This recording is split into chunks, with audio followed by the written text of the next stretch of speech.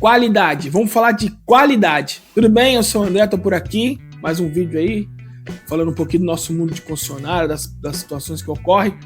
E assim, eu queria falar com vocês, esses dias eu coloquei uma reflexão lá no LinkedIn sobre a qualidade do atendimento, né? Na questão de você, hoje, com as marcas, com esse volume de marca chinesa, com essa questão dos valores, né? Essa questão das vendas, que muitas marcas chinesas estão tendo umas vendas expressivas, 14 carros para vendedor, 20 carros para vendedor, 18 carros para vendedor, coisa que a gente não via há muito tempo, né, acontecer.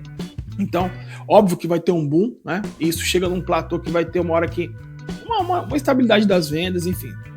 O que o mercado vai acolher todas essas marcas, ainda tem muita marca que vai chegar, que ainda tá para chegar ainda. Mas a pergunta aqui é o seguinte, estava conversando com os vendedores no treinamento agora, semana passada, sobre essa questão de qualidade. Isso ficou na minha cabeça. Por quê? Porque você que vende carro, você que é vendedor, que é vendedora, você que é gestor, diretor, enfim, pessoal que está ligado na concessionária, sabe que a gente tem um padrão de atendimento, a gente tem um padrão um cronograma para você atender um cliente, para você fazer sua venda. Esse padrão, ele é para ser seguido 100%? Não é para ser seguido 100%, mas ele é igual a receita. Muitas vezes eu faço receita e eu não sigo a receita até o fim, mas aí no final dá certo. Por quê? Porque eu já conheço o processo. Então, se você quiser, de repente, fazer uma adaptação aqui, um improviso ali, ok, você conhece o processo. A gente só não pode, de repente, improvisar quando a gente não conhece o processo. Mas quando a gente conhece o processo, ou uma improvisação, ou até uma adaptação com o cliente, né? Que é aquela coisa, você não tem que atender o cliente do jeito que você queria ser atendido, você tem que atender ele do jeito que ele quer ser atendido. E às vezes ele quer ser atendido de uma forma muito rápida, muito sucinta, e tudo certo. Se você vender, tá tudo certo. Se você não vender, pelo menos você foi no jeito que o cliente queria ser atendido. Tô falando isso por quê? Porque com esse volume de vendas, os vendedores, tanto os novatos como os vendedores mais antigos de casa, eles estão deixando passar essa qualidade do atendimento. É muito... André, mas eu tenho bastante cliente, eu não preciso ficar, sabe, entregando cafezinho, não preciso... A gente discutiu isso no LinkedIn, coloquei um post, fiz um artigo sobre isso lá e gerou alguns comentários. Por quê? Porque assim, na realidade, isso conta, mesmo com esse volume de vendas, porque o volume de vendas é para o vendedor. Ele tem um volume de vendas. Ele vai atender, sei lá, vai vender 20 carros no mês. Para vender 20 carros no mês, ele vai ter que atender uns 60 pessoas. Ele vai atender 60 pessoas, mas o cliente vai ter um vendedor só. O cliente tem um atendimento. De repente ele vai em outras lojas para fazer um comparativo, mas não se compara ao que o vendedor tem. Então, o vendedor é muito mais fácil. O vendedor, ele de repente, com esse volume de vendas, tratar um cliente mal, desdenhar o cliente. Desdenhar não porque o vendedor é ruim. Tem uns ruins, mas às vezes é pelo volume mesmo, de não dar atenção, de não olhar, de não dar um sorriso, de não oferecer um café. De repente vai pro café, o café acabou. Então, uma série de problemas que ocorrem mediante ao volume de venda que a gente tem. E aí, a gente segue numa linha assim, então, com esse volume de vendas eu não preciso atender qualidade. Lógico que eu preciso atender qualidade. Tanto preciso atender qualidade que eu peguei algumas verbalizações aqui, ó. Eu vou ler para vocês aqui. Vou pedir para gente colocar na tela aqui. Talvez a imagem do Google fique na frente do meu rosto aqui, mas não tem problema. Deixa eu pegar aqui uma verbalização aqui, ó. Então, eu tirei o nome das pessoas, né, para não expor, mas tá lá. O cliente eu coloquei aqui porque o cliente tá lá. O nome do cara é Arthur Albuquerque, há 2 meses atrás. O atendimento realizado pela funcionária, eu coloquei ali a Chiquita da Silva, no setor de pós-vendas, foi ruim, bem abaixo do padrão que a montadora se propõe. O atendimento ao público exige empatia e, sobretudo, perfil para lidar com pessoas. Tratar o cliente como se estivesse fazendo um favor é como se não quisesse estar ali naquele momento, tratando como um incômodo. É um desserviço à empresa. Se isso não bastasse, chamaram segurança para acompanhar o atendimento pelos simples fatos de o cliente discordar por não poder expor os possíveis problemas do carro numa revisão de 10 mil. É absolutamente constrangedor e inadmissível. Fujam do atendimento dos funcionários. Aí aqui a gente tem uma reclamação de pós-venda, mas que quando você tem no Google lá as pesquisas, o que vai acontecer? Você vai ter problema. Se você tem problema no pós-venda, você tem problema na venda, porque isso acarreta a venda, né? Isso, a pessoa que vai comprar o carro, ela já vê que o pós-venda tá ruim. Deixa eu pegar uma reclamação aqui da área de vendas aqui, deixa eu pegar.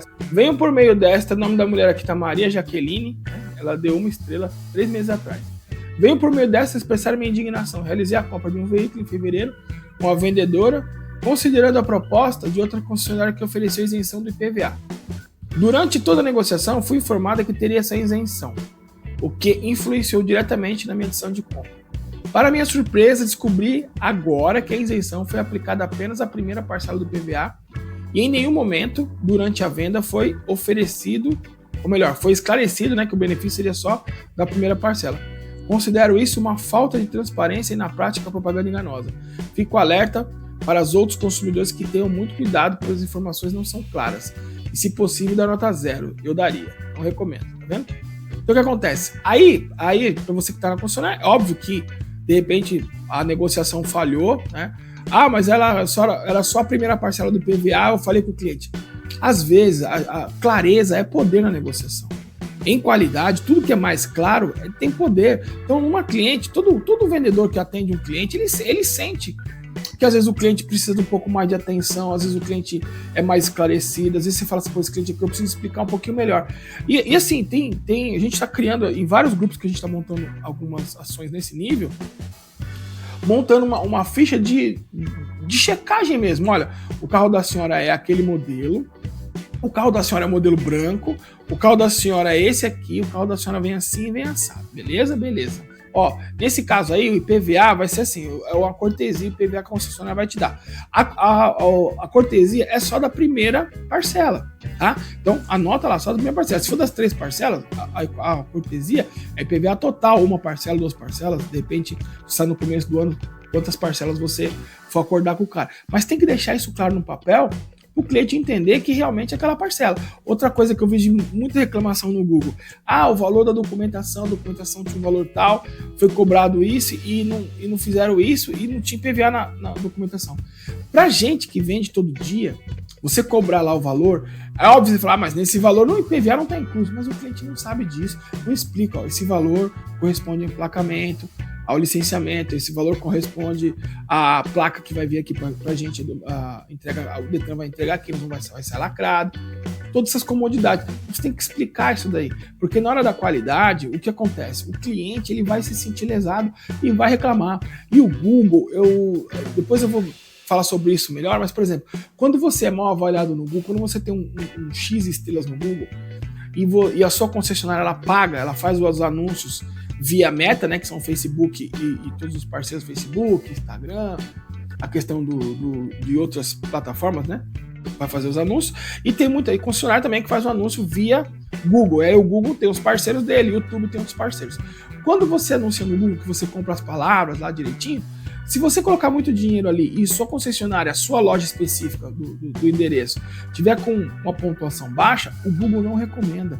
Se você perceber no seu celular, dá uma olhadinha no seu celular, aí quando você liga o Waze, o microfoninho do Waze é o microfone do Google. Eles fizeram uma parceria e quando você solicita um endereço via voz, se esse endereço tiver poucas estrelas, vai aparecer lá embaixo que esse endereço não é recomendado, entendeu? Porque o Google ele não quer recomendar coisa ruim. Então, por mais que você pague, por mais que você coloque dinheiro ali funcionando, dependendo da sua nota do Google Meu Negócio, a sua nota ali dentro do Google, você vai lá para baixo dos patrocinados, entendeu? Isso gera o quê? Perda de fluxo, isso gera uma série de complicações e outra. O dinheiro que está indo não está resolvendo isso, porque devido à qualidade você não está recebendo. Isso não gera lead, não gera visita, não gera nada. Porque esses clientes que estão reclamando, eles não voltam. Esse cliente não volta. Por mais volume que você tenha de vendas, você tem volume, o cliente não tem volume, porque o cliente são poucos atendimentos. Então ele vai continuar fazendo a mesma leitura. E pode ser um cliente com poder aquisitivo alto, pode ser um cliente com poder aquisitivo médio, até aquele cliente que está contando moedinha para ter o seu primeiro carro. Eles vão botar a qualidade em primeiro lugar. Então, a montadora ela tem a sua pesquisa de qualidade, tem as perguntas alavancas, tem tudo aquilo que você já conhece de score salteado. Foca nisso, porque isso gera um dinheiro para você. Você tem muita concessionária que paga para o vendedor, a pesquisa eu acho que bacana, mas a questão total é o seguinte: se o atendimento for bom, desde o atendimento do lead, desde tudo, não tem como a nota ser ruim.